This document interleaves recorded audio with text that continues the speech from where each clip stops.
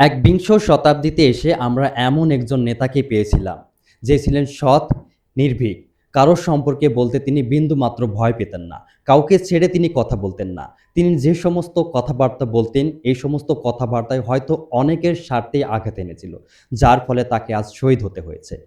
তিনি ভয় পেতেন না, নির্ভয়ে সবকিছু তুলে ধরতেন। তিনি দেশ এবং জনগণের ভালো চাইতেন, যার জন্য হয়তো তাকে আজকে শহীদ হতে হয়েছে। শরীফ ওসমান হাদী তার উপরে যে হামলা হতে পারে হয়তো তিনি সেটি আগে থেকে অনুমান করতে পেরেছিলেন। কিন্তু তিনি কোনো নিরাপত্তা ব্যবস্থা গ্রহণ করেননি। তিনি বিশ্বাস করেছিলেন মৃত্যুর ফয়সালা হয় আসমানে, জমিনে নয়। তাই তার যদি মৃত্যু হয়ে থাকে তাহলে কেউ ঠেকাতে পারবে না। সেই কারণে তিনি কোনো নিরাপত্তা বলয় গ্রহণ করেনি। শরীফ ওসমান হাদীর মৃত্যুতে সারা বাংলাদেশ আজ উত্তাল।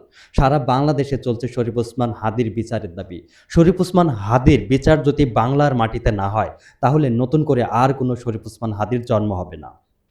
আমরা সকলে চাই শরীফ ওসমান হাদীর সুষ্ঠু বিচার হোক। যারা শরীফ ওসমান হাদী হত্যাকাণ্ডে জড়িত সকলকে আইনের আওতায় এনে যত দ্রুত সম্ভব বিচার করতে হবে।